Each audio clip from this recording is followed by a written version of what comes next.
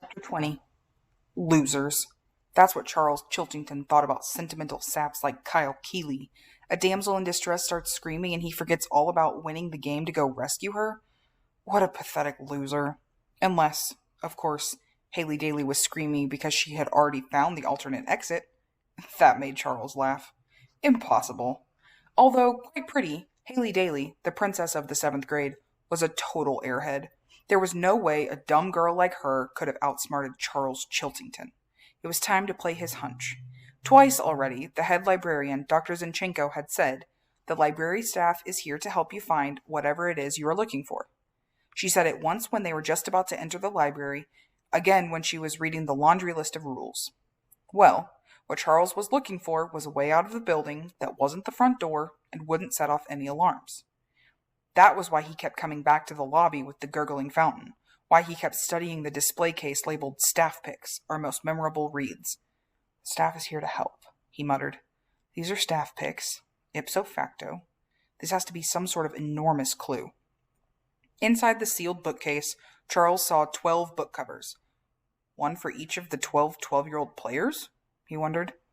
The display items weren't actual books. They were cover art mounted on book-sized foam core. 3 covers were lined up on each of the case's 4 shelves. Since they weren't actual books with spines, none of the covers included their call numbers. Charles focused on the 3 books lined up on the bottom row. Hoosier Hospitality was on the left. In the Pocket, Johnny Unitas and Me was in the middle. The Dinner Party was on the right. Charles decided to concentrate on the Johnny Unitas title.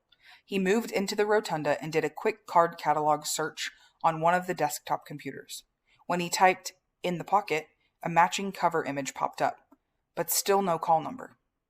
In the spot where the identifier should have been, there were instead a censor's thick black box and the words "ID temporarily removed from system." Scrolling further down the screen, Charles came across a rather unusual annotation. "You didn't really think we'd make it that easy, did you?" Charles grinned. The computer was telling him he was on the right track. He glanced up from the desk. The children's room was directly in front of him. The book about Johnny Unitas, with its cartoony cover depicting a football player wearing a number 19 jersey and dropping back to launch a pass, was most likely a children's book. Of course, it was also a sports biography.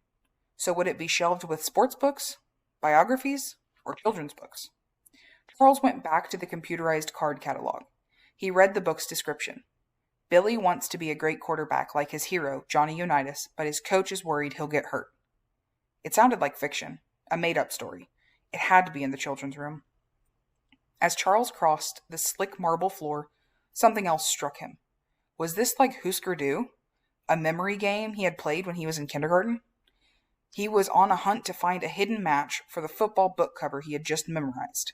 This was, in short, another memory game. That was why the staff picks display had been subtitled "Our Most Memorable Reads."